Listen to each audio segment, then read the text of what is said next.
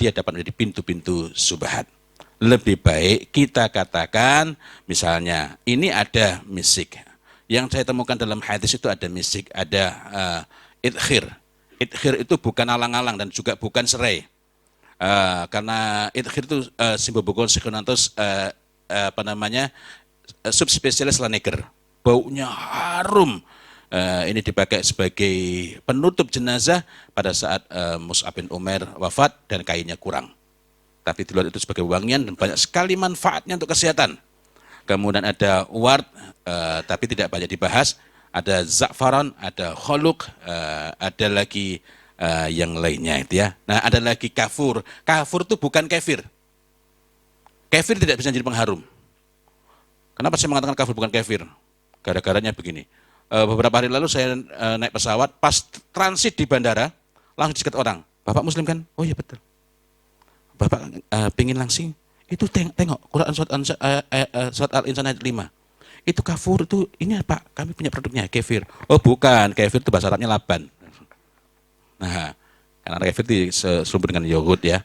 Nah, kafur itu pohon resinya itu harum. Ya, harum. Dan itu bisa menjadi bahan minuman, barus penghasilnya. Tapi jangan beli kapur barus yang di Alfamart dan lain-lain, itu kimia murni. Ya. Nah, itu contoh-contoh saja mengenai pentingnya presisi. Nah, ketika kita tidak berhati-hati, sekali lagi ini bukan aspek hukumnya. Aspek hukumnya itu bukan kewenangan saya.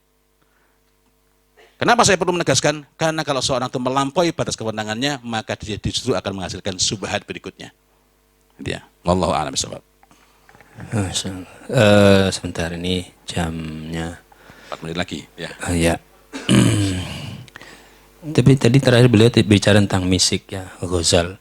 Sudah tahu semua artinya Ghazal ya? Ghazal itu kijang. Itu nama itu memang mencerminkan asalnya atau itu hanya penamaan? Betul. Jadi mispot ya, bukan keringat. Keringat. Sama halnya kalau ambar itu bukan dari muntahannya ikan paus. Karena ikan paus nggak pernah masuk angin. Oh iya, pesan pentingnya. Ikan paus itu, ini di luar soal itu ya, bernafasnya pakai paru-paru, bukan pakai insang. Kalau dia mati, maka dia akan mencari daratan. Semua ikan paus pandai berenang, walaupun dia nggak pernah ikut kursus tentang bakat. Nah, maka kalau ada paus yang bukan terdampar itu dia nggak mampu berenang terus terdampar ya. Memang mencari tempat untuk akhir hidupnya di daratan, semisal di Cilacap yang potensial karena itulah laut lepas. Kalau Aceh itu yang wilayah barat itu ya, atau seluruh gugus Sumatera yang wilayah barat itu berpeluang nanti ada ikan paus yang menepi untuk mengakhiri hidupnya.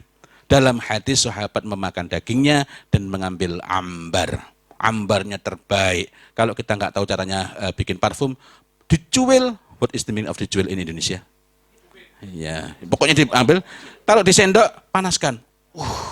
Itu harganya melebihi yang ini ukuran setengah tula. Yang 1 tula, berarti 2 kalinya ini di Abdul Somad Al-Qurasi yang harganya sekitar 20-30 juta itu lebih bagus lagi. Nah, ambar itu sperma. Cuma paus itu ketika berhubungan nggak seperti manusia, seperti kambing. Ya, dilepaskan laut lepas. Nah, dulu para ulama nggak enak menyampaikan sehingga menyebutkan muntahannya. Tapi paus nggak pernah masuk angin. Nah, jadi ini kalau ada seperti itu, itu cari minimal dagingnya itu penuh barokah insya Allah. Ya. Nah, cuma di sini biasanya dikubur. Setelah dikubur dipuji, lalu setelah itu yang datang siapa? Dalam tanda petik peneliti dari barat. Enak betul ngambil ambar segini berapa miliar tuh? Kalau segini kira-kira segini aja dapat 5 miliar sudah murah itu. Nah, mudah-mudahan nanti ada beberapa kali menepi di Cilacap, tetapi orang menyangka ini terdampar. Dikembalikan lagi, itu menyiksa, menzalimi ikan paus. Sekali lagi, ikan paus semuanya pandai berenang. Jauh lebih pandai berenang dibanding kita. Masya Allah. Ini jadi kita tidak hanya tahu tentang 6, tapi tahu juga tentang misik. Ya, Masya Allah. Bonus. Ya ini waktunya sudah selesai. Bagaimana? Masih ada waktu? Ustaz? Masih. Saya ini apa namanya sampai jam 11 karena waktunya yang disampaikan oleh panitia memang sampai jam 11 gitu ya. Nah, wallahu a'lam ini panitia gitu ya. eh Afan ya, karena banyak juga agenda yang lainnya.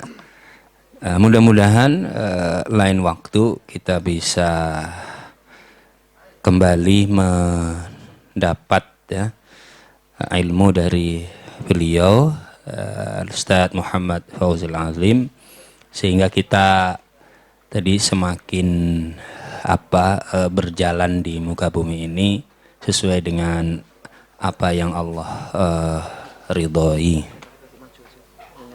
Iya, sebagai tanda, salah satu tanda terima kasih dan juga hadiah dari panitia.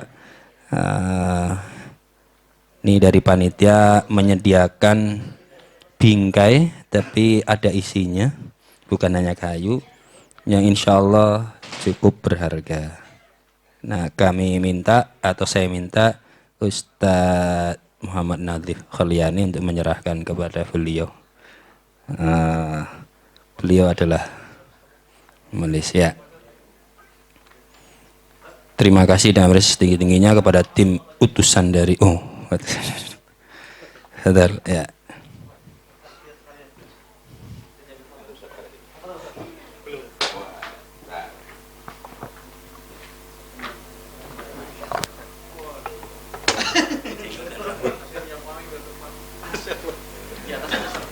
Ke atas.